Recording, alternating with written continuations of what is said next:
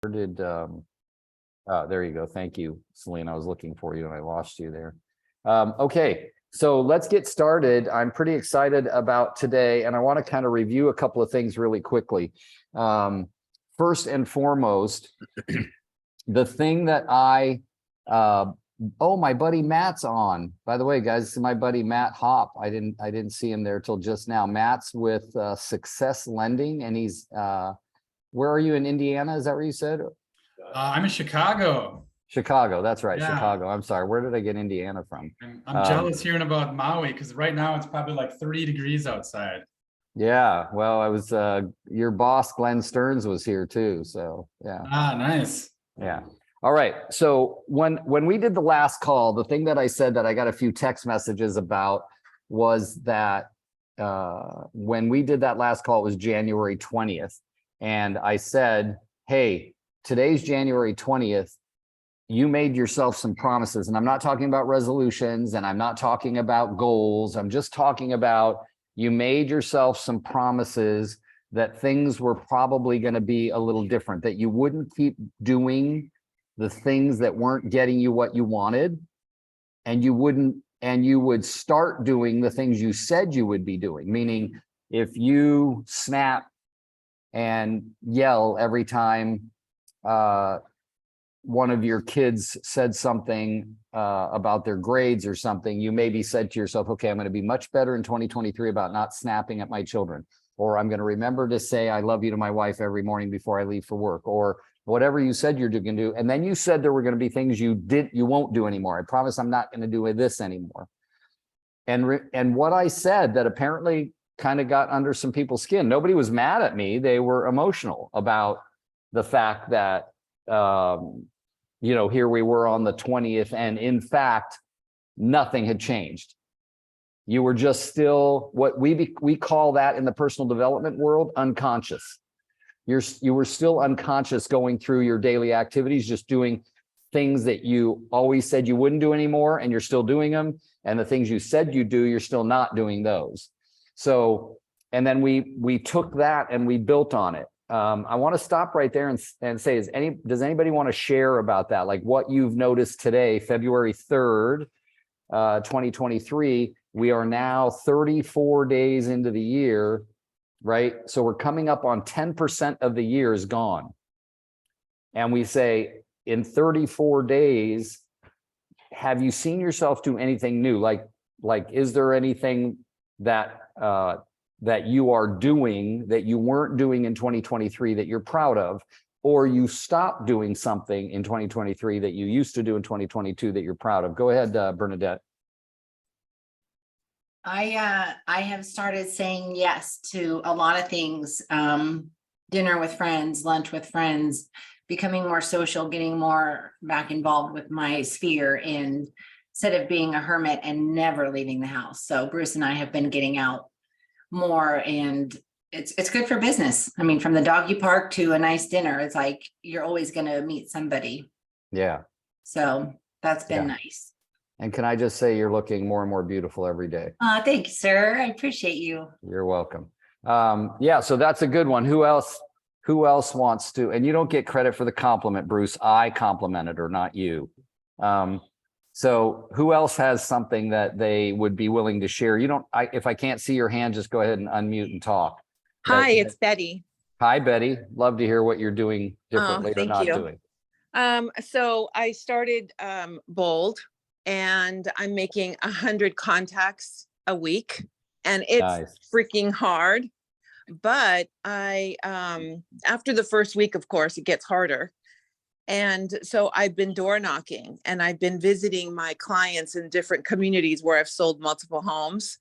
And I had a fabulous day yesterday. And while I'm door knocking, it almost always happens, Rick, where I get a text from somebody saying, hey, Betty, we're going to need your services pretty soon, or something else. I had 2 neighbors tell me that when they're ready, they're going to call me, that I'm the only one they're going to call. And it just builds up this momentum, and it's just great. And it's like, why don't I do this more often? And so I definitely got to put door knocking in my schedule, because I feel that that's the best way for me, not only to find the best sellers for free, but I really enjoy it, and it perks up my day, and usually have very good responses. Okay. I love that you brought up that example. Love, love, love. So the reason I'm so excited that you brought it up is because it's what I call it's called the universal rewards. Like when you do what you thinking and saying to people that you're going to do, even if you're only saying it to yourself, then God and the universe align to give you rewards. The first thing you said was, I'm out door knocking and I'm getting texts from somebody who needs my help. The text obviously has nothing to do with the door knocking. It has to do with that I went out and I did the activities and the results come. And you never know where they're going to come from, right? Absolutely. It goes back to the poem I talked about in the first call of the year. And that is the William H. Murray poem called Providence Moves To. When one commits, Providence moves to. You issue forth all kinds of happenings that wouldn't have occurred, that that no man can believe, is basically what it says. It's an incredible poem. And I ask you guys to basically, if you would, print it, find it, go just Google William H. Murray poem, or Google the words Providence Moves To, and then print that and put it on your refrigerator. I actually did that in the last call. Nice. And look, so now, and Betty, I want to focus on one thing that you said, and I want you all to hear it. She said, it's hard, right? What she's talking about is the act of door knocking is not difficult, but what's hard is the consistency of doing that. Believe it or not, the hardest thing was getting out the door. I felt like I was going round and round and round in my house, trying to figure out what was the perfect thing to deliver to these people. And I did come up with a great flyer that, that I feel proud of. And only then could I go out the door to really present this to the people, because not only did I visit my clients there, but I also went in and searched for the focus farm, meaning the AI, that does the algorithms on who's the most likely to sell. And those were the people that I pursued in there as well. Yep. So I want to share my screen with you, Betty, because it's, hold on one second. I got to find it because it relates to this. Let me share my screen. Okay, here we go. Okay, I want you to look at this. Can you guys all see this? I'm your constant companion. I'm your greatest helper or heaviest burden. I will push you onward or drag you down to failure. I'm completely at your command. Half the things you do, you might just as well turn over to me, and I will be able to do them quickly and correctly. I'm easily managed. You just must merely be firm with me. Show me exactly how you want something done, and after a few lessons, I will do it automatically. I'm the servant of all great people, and alas, of all failures as well. Those who are failures, I have made failures. I'm not a machine, though. I work with all the precision of a machine, plus the intelligence of a human being. You may run me for profit or run me for ruin. It makes no difference to me. Take me, train me, be firm with me, and I will place the world at your feet. Be easy with me, and I will destroy you. Who am I? I am habit. Wow, that is amazing. Yeah, that is and amazing. this was what we put up on the screen. The mastermind I'm at, they had asked me and my wife to talk, and this is what I talked about. I actually talked about my push-up challenge, and I literally on stage took my jacket off and did different kinds of push-ups. And the reason I did that is because I'm a guy who, when my younger brother was still alive, he was always buffed, and he never was a weightlifter, but he did push-ups constantly. He did pull-ups constantly. He had the habit to do it. So I decided in 2018, I would get the habit at 61 years old, get the habit of doing push-ups all the time. And so, but I compared it to the habit of lead generation. In other words, all the different kinds of push-ups I can do, 4 or 5 different kinds of push-ups, all help my body. all the different kinds of lead generation. I'm also going to say, Betty, that I love that you said, that the hardest thing was getting out the door. For me, I do the same thing, especially when I'm door knocking. I start wasting time, and then I go, what do I need to take with me? Maybe I should make a flyer. We're always going to come up with these excuses that keep us from getting started. And then when you go out, I still, after all these years of door knocking, over 40 years of door knocking, I still just need to get to the 10th door. By the time I get to the 10th door, whether someone's answered or not, I'm a lot more relaxed. I'm a lot more jaded about any response. Somebody opens and slams the door, doesn't want to talk to me or whatever, or is rude. It doesn't matter anymore. I'm past that once I get to the 10 doors. Did you find, Betty, that it got easier as you kind of went on through the day? Yes, what I did was I went to one of my past clients that is like one of my cheerleaders there, Yeah. and they were really happy to see me. And Yeah. that started me off on a high note. That's awesome. I love that. And I just love the story of getting the, the result by getting a text, and it had nothing to do with that. Now, so I don't want to spend way too much time on this because I really want to talk about listings and listing presentations today. And I think we're going to probably carry that into the next yes. call. So Yes. I want to really thank you guys for the examples. Does anybody have one more of something that you feel good about that day 34 in the year today, that somewhere between day 1 and day 34, you've done something you said that you would get to and you did, or you stopped doing something you said you would no longer do? Anybody? One more thing? Yeah. Okay. I'll throw a real quick one out there. This is Yeah. Sarah. Hi, sweetie. Hi. Well, I've started doing push-ups. I really loved what you said. I've run 2 marathons before, and what you had said as far as I'll never go backwards. I'm never going to stop again, because once I stop, it's hard to get that momentum going again. So my big thing is that I've gotten a lot more consistent with lead gen every day and having an accountability partner and Bernadette. And, funny enough, lead gen actually works. And so that's, so I'm very thankful. She's killing me. She's killing me in lead gen. I know. Well, it's so funny that she says that it's funny, it works. Yeah. Funny enough. But I am working my way up to 50 push-ups without stopping. I'm at about 35 right now. So thank you. That's amazing. Amazing, Sarah. Yeah, habit's amazing that you can start building it. And they used to say that it took 6 weeks to develop a habit.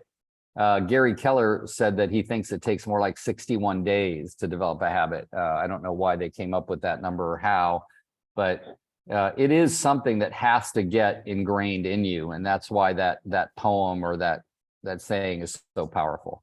All right. So we took that and started saying, well, look, a lot of us have talked about, Selena was on our call on our daily huddle talking about how she coaches people that are geographically all over the United States, and saying that, man, the market is shifting. Okay.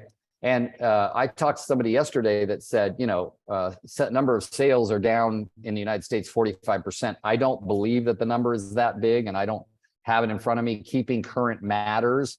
If you're not involved in that site, would probably have something statistically on that. But what I want to talk about is that this is the market to go get listings. And when people stop going to get listings, I never stop. I used to back years and years and years ago in the 90s when the market collapsed in 89. By 91, I remember in 91 having 23 listings at one time. And I thought everybody had a ton of listings. I didn't even know I was a good agent, right? I just assumed everybody had a ton of listings and they weren't selling. And I was at this marketing meeting with somebody that I respected, had been in the business a lot longer than me. And she goes, you seem a little stressed. I got all these listings and they're not selling, and I'm trying to get open houses for them. And she goes, how many listings do you have? 5, 6? I go, no, I have 23. She goes, what? And she starts yelling at the top producers on the tables around me. She goes, Rick has 23 listings. I'll never forget that, because it was the first day. Now keep in mind, I'm 12 years in as a real estate agent at this point, that I realized I was good, that I wasn't just an average agent anymore, right? But here's what I did. I was like hiring mothers, wives that were football widows to hold my open houses. I actually called the Department of Real Estate in Sacramento, the California Department of Real Estate. And I said, hey, when I go into new home developments, they have people there that are not licensed, handing out flyers and making sure people don't touch anything. Can I do that in mine? And she goes, the lady told me, she said, absolutely you can. They cannot quote interest rates. They can't talk about price. They can hand out flyers. They can have people sign a sign-in sheet. That's about it. Right? Well, one of those ladies has been a real estate agent now for, I don't know, 15, 20 years. And she became a real estate agent because she liked doing open houses for me over 30 years ago, almost 35 years ago. But the reason I say that is that's when I started to learn how to ask for price reductions. I started going to Mike Ferry seminars and stuff like that so I could learn how to do price reductions. So I want to make sure you know that whatever is the objection inside of you that keeps you from becoming a top listing agent, get rid of that, whatever it is. You don't need to hear me give you a motivational speech. It's simply get rid of that. Being a listing agent is one of the best things you can do for your real estate business. Because ask Selena, I had 4 or 5 listings just sitting there months doing price reductions and everything and nothing. And all of a sudden the market shifted a little bit, boom, they all sold. Guess what I got? Yeah, a bunch of freaking commissions. So the more you get real about doing, look, if Betty's door knocking, she ain't door knocking for buyers. Yeah, you might find a buyer, you might find a renter, but mostly when you door knock, you're door knocking for listings. There are other ways too. If you have a friend that gets a brand new listing, guess what? People who get listings are busy doing other things. So if you have a friend that just got a listing, say, I'll tell you what, I'd like to be the first person to hold it open for you. Ask them why. Because you will want to do a nosy neighbor open house, KNOWSY, KNOWSY, a nosy neighbor open house. And what I would do on those, listen to this, guys, is you would print up a little postcards and you'd go to 50 homes a day.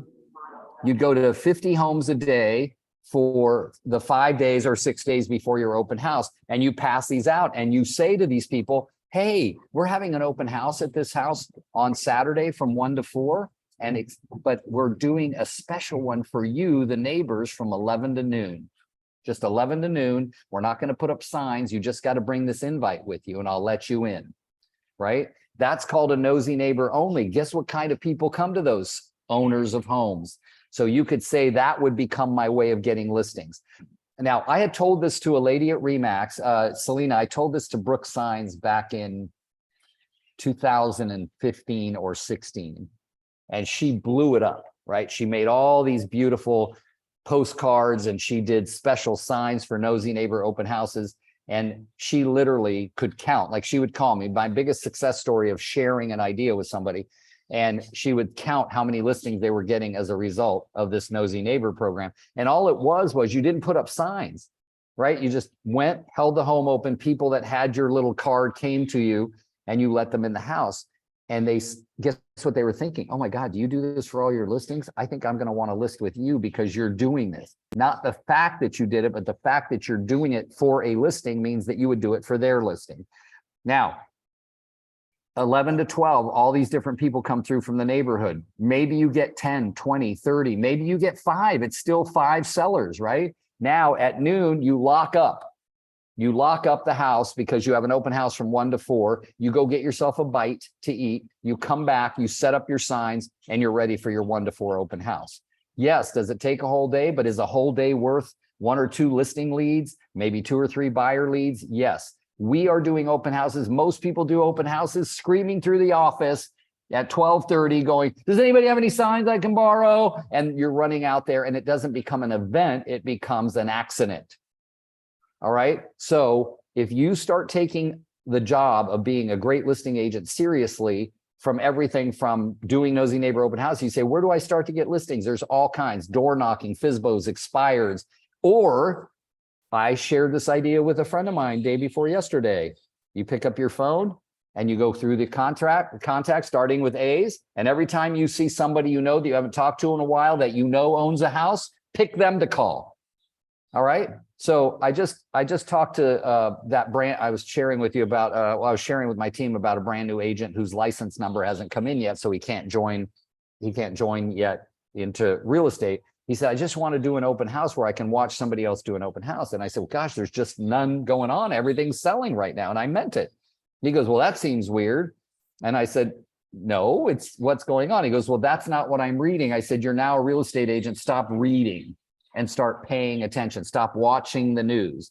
So the reason I say that is, if you want to get listings, talk to more people who own homes, but you don't have to talk to them about listing their home. You just have to talk to them. All right. How are you doing? Use the Ford script, FORD, family, occupation, recreation, dreams. It's an old script. And by the way, if you do not get the email right now that we send out about this call, then you'll want to text or email me and say, Rick, I want to be on that email list, because at the bottom of all those emails is all these links for scripts, dialogues, business plan, workbooks, all of those things are there. When I told this guy about it 2 or 3 times. Go ahead, Selena. One moment. Yeah. Going forward, very shortly, you're all going to get something. We are actually adding a link, a resource documents library to the Empire Builders Pro site, where you can actually go to our site, and all these lovely documents that Rick talks about all the time that's hard for us to get to you sometimes that he promises will actually just be there for you. So you'll actually just be able to go to, I know, Debbie, woo woo. So all of these things will be there. So you can actually go to the resource library documents. It's should be there actually probably end of next week. So well, this is, yeah. And this is why I have to surround myself with people much better and smarter than me. so it'll be there. Yeah. Okay. So this is all, this is all in that direction. But now, one of the things that, everybody, what does this? Oh, this is cool. My computer screen, my computer keyboard tells me when there's a chat. How cool is that? I never knew that. One of the things that I tell new agents, and I tell experienced agents this, if you do not have a memorized buyer consultation and seller consultation, you're not finished training. Okay? I tell people that all the time. Now, I don't want you to feel less than for even 1 second.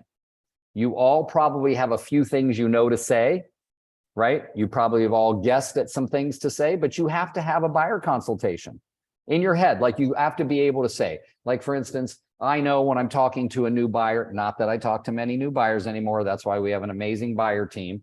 But when I do, I want to say things. Have you ever considered a brand new home? I want to make sure that comes out of my mouth. Yes, we'd love that. I go, well, I want to warn you, please don't ever go into a brand new home development without me, ever. I say that in my buyer consultation. Why? Because in the 90s, I lost 3 buyers. 3. It's not a lot if you look at my 43-year career, but in the 90s, it was a lot. And I lost them because they walked into a new home development without me. And then I could no longer earn a commission, but I still stood by their side and helped them out. But what I tell people is I say, don't ever go, because guess what? Then you're forced to be represented by the same person who's representing the seller, and they don't have your best interests in mind. So I say that all the time because I don't want to lose them. By the way, if you see an open house and you want to go in, I want to warn you, you might get made promises from the agent there that if you work with them, you'll get this or this or this. And I want to tell you, the agent there, whether they're the listing agent or not, they work with the company that represents the seller. And I want to make sure by working with me, I'm always going to be your best interest, your fiduciary. So all of those different things I've been saying for years, but let's talk about listings for a minute. That's the purpose of the call. And I want to make sure that if you are not in some way, shape, or form following someone else's listing program or using it, my current listing presentation method is a combination of 5 or 6 different people's listing presentation methods, right? And I am very big on having a yellow pad, and I have some things that I was taught over the years. Like, I like to get in front of the house a few minutes early if I haven't driven the neighborhood before the listing appointment. I've always, of course, run the comps. Even if I have somebody else run the comps, I want to review them myself so I'm ready to statistically sound like I know their market better than anybody else. All right. Those are very important. So when you prepare for a listing appointment, I'm going to ask you, do you have a ritual? Okay, a ritual, something that you do every time. So I'm going to give you an example. I like to know when I'm going to take a listing appointment, and when I'm going to take a listing appointment, first and foremost, I search the property address to see if it's ever been listed ever in the history. Then I'll do another thing, write these down. I search. Remember, this will be recorded so you can hear it again. So number one, I search the exact street address. Then I search for any recent solds, actives, pendings on the same street. Guess what sellers are always aware of? What neighbors sold. And guess what they always do? They always, I know I'm not so, Casey said, you people that are high eyes, you always use the word always and never. That never happens. That always happens. Okay, so here's what I want you to remember. They typically have a skewed memory of the date that it happened. My neighbors down the street sold for so-and-so just a few months ago, and you look it up and it was a year and a half ago. You know, a few months ago, like 19 months ago, right? That was a different market completely. So you always want to be aware of that. And I do try to go back in the immediate neighborhood as much as 2 years so that I have an awareness. I might even print them up for myself. And I know you're not supposed to print and waste paper, but I might print them up for myself to kind of get an idea of what's going on price wise. Because guys, look, what's the number one thing you have to do to win a listing? You have to get them to know, love, and trust you. Those three, right? More and better than the other competition. How do I do that? I do that because I know what a D acts like. I know what an I acts like. I know what an S acts like. And I know what a C acts like.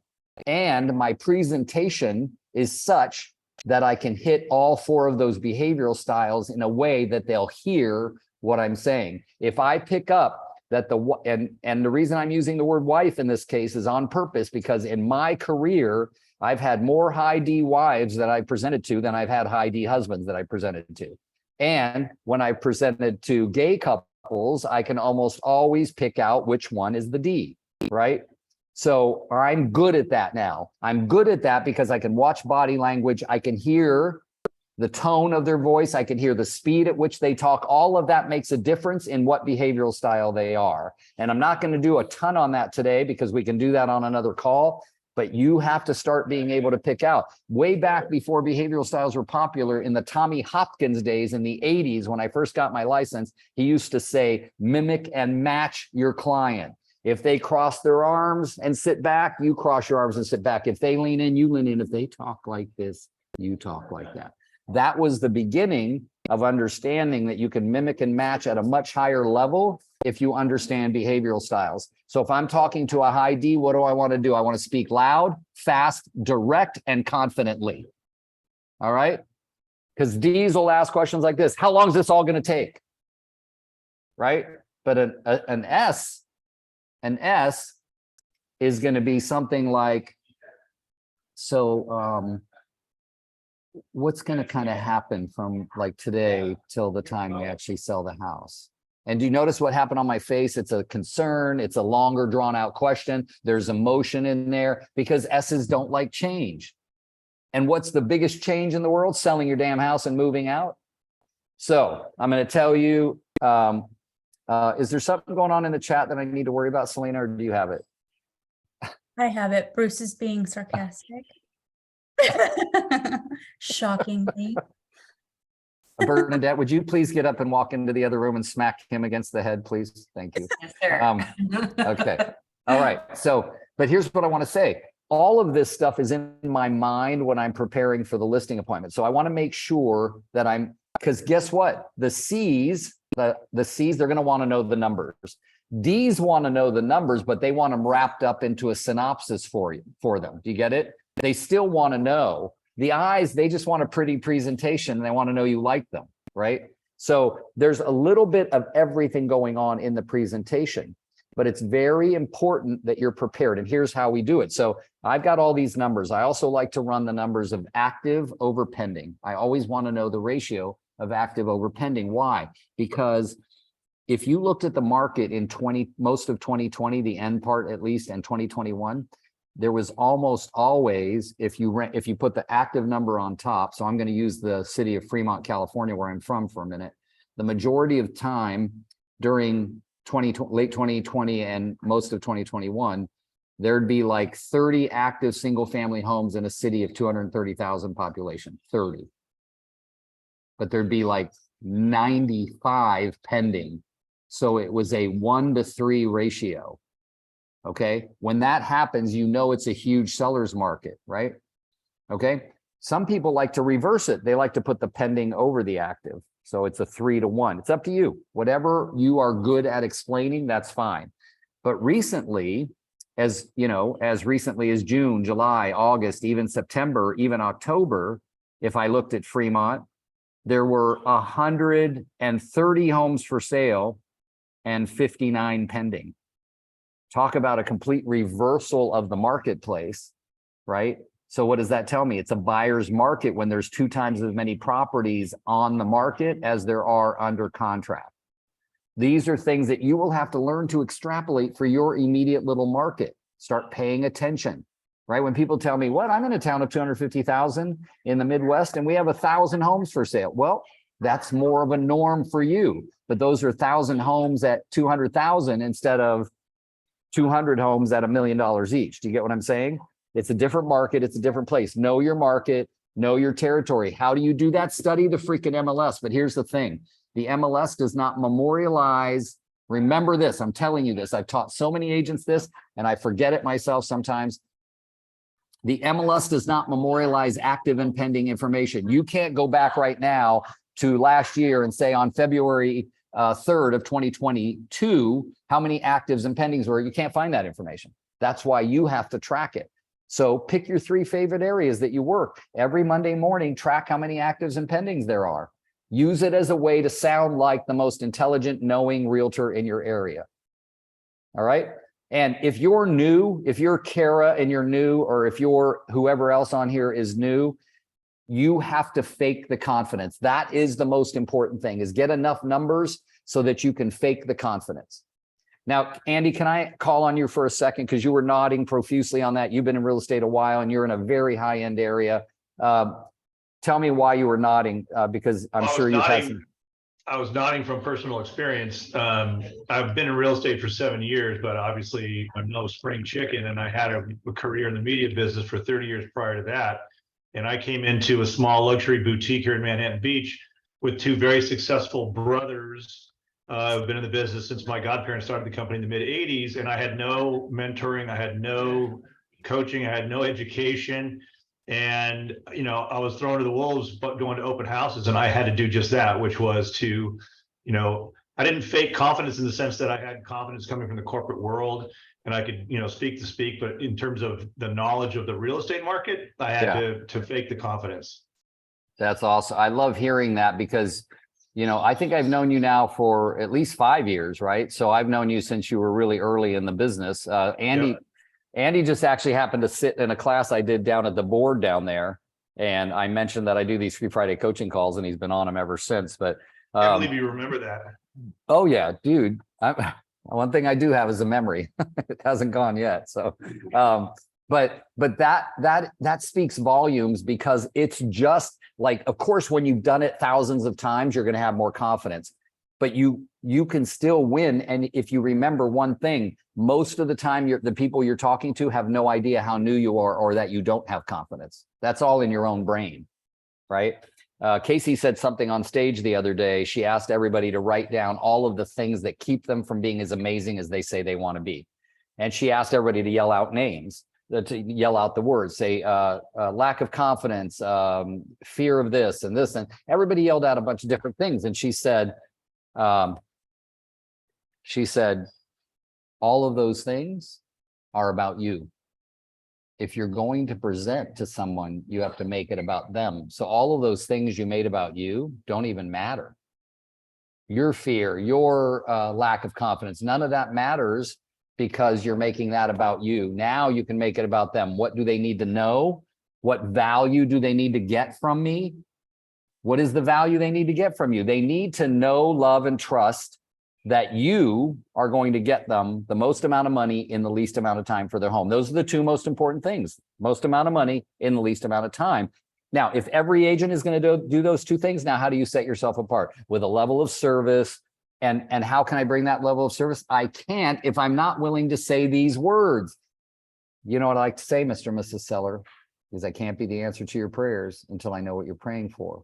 What are the 4 most important things that you're looking for in a real estate agent before we get started today? Now, where did that come from? That came out of an actual, some of you probably heard me tell the story, an actual listing appointment where I was referred to these people. Ralph, this was in Sonol, by the way. And I was referred to the people as their 3rd agent. They'd had 2 agents. I looked it up. It had expired twice. My buddy that referred me was from Fremont Bank, and he said, they are just pissed. They just don't like realtors anymore. I get down there and I do this beautiful presentation. I talk to them. I ask all the right questions and I do my formal presentation. And at the end, instead of doing it in the beginning, which now I do it in the beginning, but at the end I said, it can't be the answer to your prayers till I know what you're praying for. What are the 4 things that are most important to you in the consideration of hiring the next realtor to help you sell your home? Do you know what the first thing they said was? I was stunned. I thought they were joking. They said, well, Rick, first, we're only going to hire a female realtor this time. And I said, I leaned in like this. I said, what? I'm sorry. And they go, yeah, we're only going to hire. They said, you know that we've had this listed twice before. And I said, yes. And I said, I know your 2 former agents. And they said, they were both men and they both lied to us. I said, well, can I ask, why did you even bother having me come over? And they said, because our friend told us that you're the best in the business. And so we wanted to hear what the best in the business had to say, and then we could compare it against whatever woman we chose. Did you tell them that you identified as a female? This was in the 90s. We didn't have that back then, Andy, but thank you. So here's what I did. I had to pivot. You know what I did? I said, well, can I ask you? I said, the 2 top women realtors in the area are both friends of mine. Can I ask you if you're talking to either of these ladies? And they said, no. And I said, if you're not talking to either of these ladies, you're not talking to the best female realtors in the area. I did get a 25% referral fee because I texted both those people and I said, hey, I need a 25% referral fee. I just gave your name to somebody who wanted to only hire a female realtor and therefore they wouldn't hire me. And they both said yours. They ended up hiring the other one. So I had to pivot. Yes, Bruce, that's it. 25%. Back then, that was a lot. So, but why I'm saying that is, what if I had asked that in the beginning? Would I have been able to save myself about an hour? Yeah, probably. And I would have saved them a lot of misery. But the fact is, they still really wanted to hear the presentation because they wanted to know what they would need to compare it to for a female realtor. All I'm saying is that now I say that in the beginning. Right? I remember going to a presentation once where it was about a $2.5 million house. And I brought that up and they said it was a husband and wife and they had positioned themselves onto 2 chairs so that they could look right at me. And they said, we've talked to 4 realtors and no one's asked us that question. And I said, well, it's important. I said that I know if the 4 things that are most important to you, if I'm not capable of, let's say 2 of them, do we even need to consider moving forward with our conversation? And they said, that's a really good point. And guess what? Most of the time I ask those questions, the answers I get have nothing to do with my real estate license or my experience. They say, we want someone who's considerate, somebody who returns calls on time, somebody who will stay connected with us. And then they might say something like, who will treat us like family or put us first, or those kinds of things. Very rarely is it, we want somebody that sold 95 houses in my neighborhood. But that's what we think. We think everybody's looking for that person that's going to sell, that's going to sell a ton of houses, that has sold a ton of houses, because that's the common objection. Let me also remind you of this. Energy is everything at a listing appointment, everything. Now, if you're not getting this down, I want you to think about something.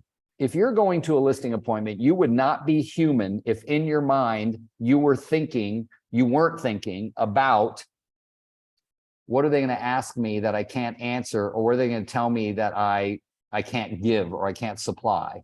Have you sold a lot of houses? So for me, since I've run my real estate career as a referral agent, most of the time, I'm not somebody that's an expert in their neighborhood. So what do I do to counteract that? I make sure that I sound like an expert in their neighborhood. That's why I go back 2 years and look around at what's happened in their immediate neighborhood. That's why I check and see if there's been a sold on their street recently or in the few blocks next to them, so that I sound like a neighborhood expert. All right. But here's why I brought up that point. Energetically, any objection that you're carrying inside of you that you think might come up is going to come up because you energetically transferred that to them. Stop it. I'm too young. I'm too new. Get rid of that crap. I remember way back in the day, cassette days, like a lot of you were born after cassettes were destroyed for good. But I would put Mike Ferry had a little cassette called 15 Minutes Before, and you had to put it in your cassette player in the car on the way to the listing appointment. It was really to pump you up, to get you feeling like, I'm going to win this listing. I know what to say. I know how to say it. And Mike Ferry had a lot of things like, are both decision makers going to be there? Because if they're not, we don't need to have the appointment, things like that. I didn't use a lot of those. But the main thing that I did do is get myself pumped up. And I always looked for a compliment. So if I pulled up and the garage door was lopsided and the cement was cracked and there were toys on the lawn and they answered the door, the first thing I'd say is, wow, you live in an incredible neighborhood. Because what? I wasn't about to compliment their front yard. It looked like crap, right? So the main thing is that you are always upbeat. I used to, when people say, how do you win a lot of listings? I'd say the person who oohs and ahs the most is the one who wins the listing. And to this day, I still win listings because I ooh and ah the most. I literally have had people tell me that. And what if I walked into a room once? I think I shared this story with you guys last time, but I walked into, they were showing me around the house. It was in really bad shape. And then she goes, I'm going to open this bedroom door, Rick, but I want to warn you, it's my daughter's bedroom. And my daughter's into, this is many years ago, she said, my daughter's into goth. And the only reason I knew what goth was because I had kids that had told me about what goth was, right? She opens the door. The first thing I noticed, believe it or not, was not that the walls and the ceilings were painted black, but I did notice that it was the biggest room that we had seen so far, other than the master bedroom. And the walls were painted black. There was, when she turned the light on, it was a black light, like purple. It was horrible. They had framed dead black roses on the wall and stuff like that. So I go, oh my gosh, like that. That's what I did. See? Oh my gosh. And she goes, go ahead, say it. That's what the wife said, just like that. Go ahead, say it. I said, this is a huge bedroom. And she goes, she crosses her arm. She goes, really? That's what you were going to say? So sometimes they'll see through it, but it was true that as far as me representing the home. So I looked at her and I said, okay, were you planning on painting the room? She goes, no. I said, okay, so we'll promote it as the biggest bedroom in the house, even if it's all black. Get what I'm saying? I mean, you have to find the positive, the lay of the floor plan, how things look. And sometimes you're going to find those positives. Now, I know that we're approaching the end of the hour. And as I said, we're going to be doing another call just on this because I want to go through step by step the entire process. But more than anything, before we end today's call, I want to make sure that we understand the preparation for a listing appointment is so, so vital. Some of you have assistants that run things. Some of you do it all yourself. When Selena ran a huge team, Selena, tell us the process about when you ran, when you were running Mark's team, for instance, in White Plains, New York, how that, like Mark was hardly involved in anything, right? Except the ending. So tell us how that worked. Well, it was pretty, he was the highest C I've ever met. So it was, it was a big deal. Bruce, we're recording this, so don't worry, you can watch it afterwards. So from the time he would take a listing, I mean, there was a lot involved there because he was so analytical in nature. So he would take a listing, he would, pull the address, we would pull the tax records from that point.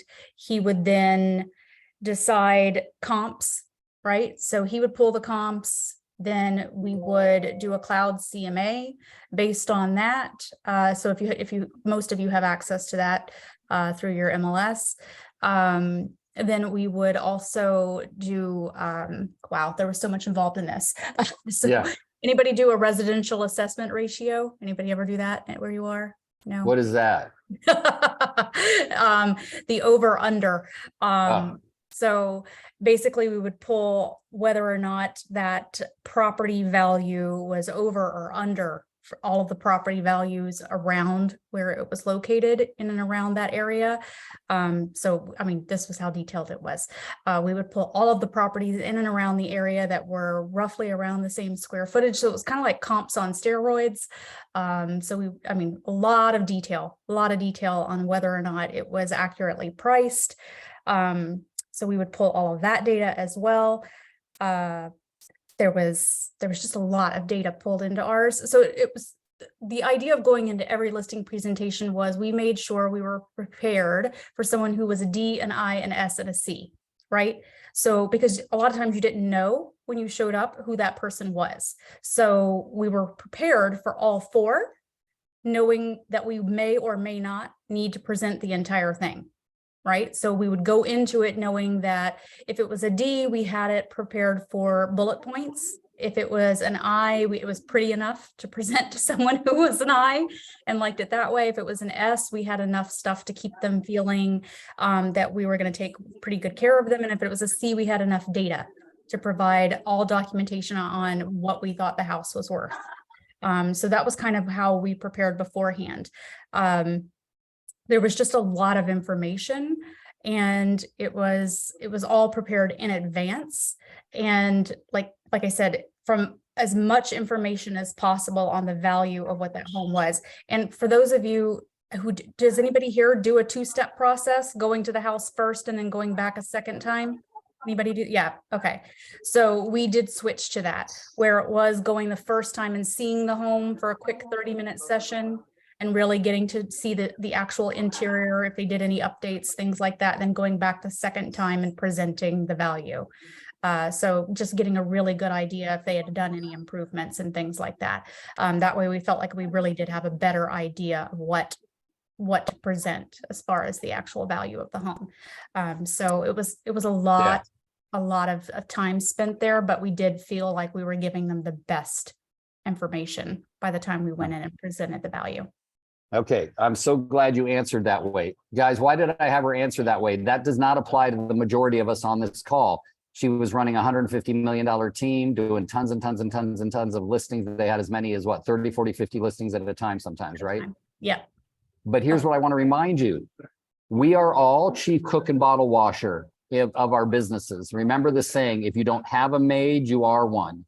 Why do I say that? Because just because they had a team of people doing it doesn't mean it doesn't need to be done if you don't have that team of people. That just means you on your own will take just a little more time to prepare, to print up, to know all of these things. And I don't really care what city or state you're in, whether I know the norms or idiosyncrasies. Everything I've told you today applies to each and every one of you, no matter where you're at. It still is important to know actives over pendings so that you can give them the strength of the market. It's still important to know what's gone on in that neighborhood before you go there. Now, the other thing too that I want to say before I get off is, you know, in the early days, in the 80s, I always wore a suit and tie, except Fridays, I'd wear a suit and no tie. And everybody called Fridays casual right there.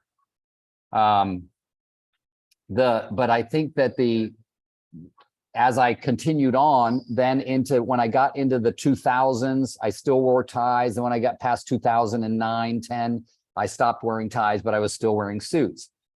And then as I progressed through the 2010s, I started wearing more and more colorful suits and things like that really stood out. Not because I gave a damn about what people thought anymore. That's why I did, because I enjoyed it and I wasn't worried about people thought. But here's what I am noticing. I am getting tons of compliments when I walk into a listing appointment about how I'm dressed. Okay, that never happened when I wore suit and ties in the 80s and 90s. But why is it happening now? Because it's so unusual. And it doesn't mean that you have to dress that way, but create something that's your brand. What is it about you that's your brand? I had a guy that worked in my office that I ran as a manager it was Contempo Realty in the 90s. He always wore tennis shorts and tennis shoes, not sneakers, but tennis style shoes.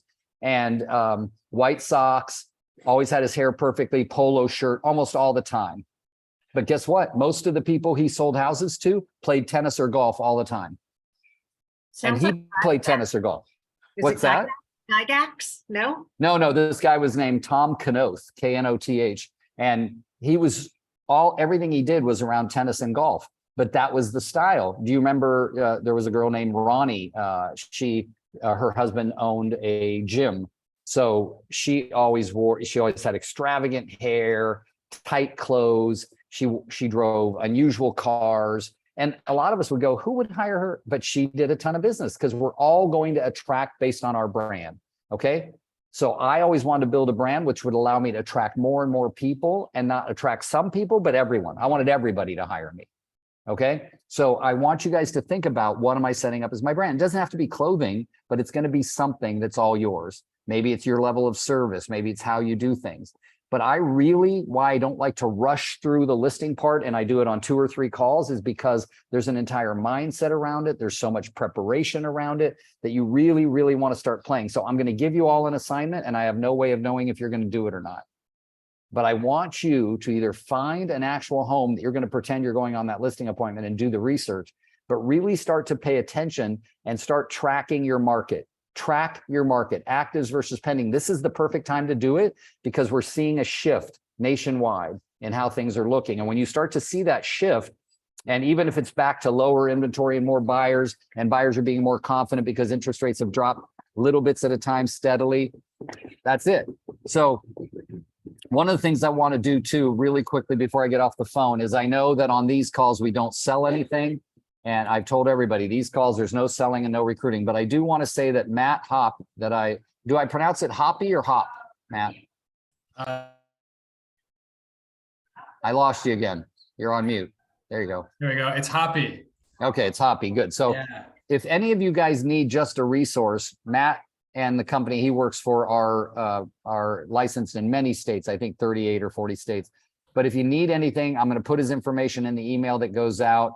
Matt, why don't you put your name, cell phone, and email in there? If anybody has any questions about what's going on, I love calling him because so far, everything he's told me has seemed positive and upbeat that, by April, we could see interest rates below 5, things like that. But if you want to talk to Matt directly, he's got a lot of good resources at his fingertips, and I'd encourage you to do that. No pressure. I'm not selling anything. He's not selling anything. Just wanted you guys to know that. Then I just want you to get comfortable with playing around with the MLS. Most of your MLSs can do map searches, things like that. Sometimes I'll do a map search or I'll draw a particular thing around an area, or even better, I'll try to find if I go out far. So if I do a big map search and I circle something and I see that right here, everything was built in 1962, 63, and 64, and then all of a sudden I've expanded it and over these are all built in the late 70s. I'll eliminate those because they're not the same builder. Does that make sense to everybody? They're not the same builder. So therefore, they're not necessarily going to be comparable. Sometimes I'll do a locked in area and not find enough. So I might expand from there. So you've got to play common sense. All right. Every once in a while, I'll list a home that's very unusual. And instead of trying to search the neighborhood for that home, since it's so unusual, then I'll give specifics for that city.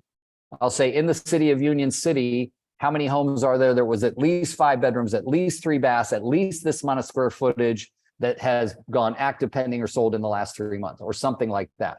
And I do like to narrow my timeline down because generally real estate agents used to think 6 months, but right now, if you go back 6 months, you were in a different market. So you want to stay really close to where you are. Look at everything, go out further and then narrow it in, both geographically and time-wise. It takes time. If you're not spending at least an hour in prep time before a listing appointment, so that you walk in, even write little notes on a little sticky note so that you can be confident about what you're saying and look at them one more time. Okay.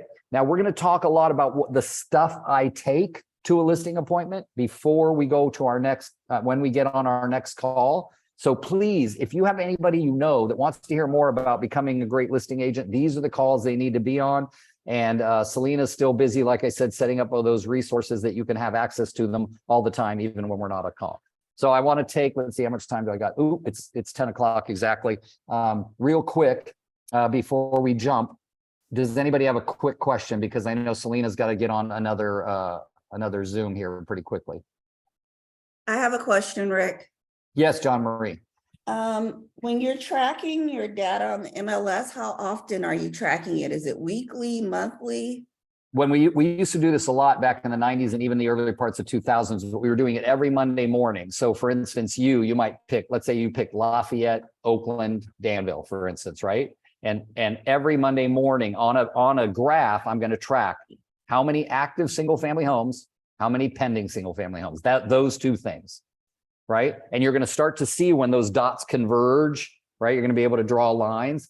It's Yes. really, really impressive at what happens. Now, it won't be long before you've had a year of that information and you're walking into listing appointments going, I've got information that goes, nobody will have that because nobody tracks those numbers.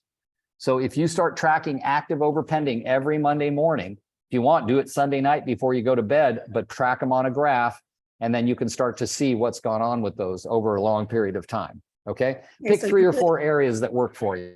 Yeah, Okay, go ahead. that sounds good. Thank you. You're welcome. All right, guys, I got to jump. Thank you all for being on. Bring your friends. Come next time. We're going to talk about it. It's 2 weeks from today. All right. Adios. Bye.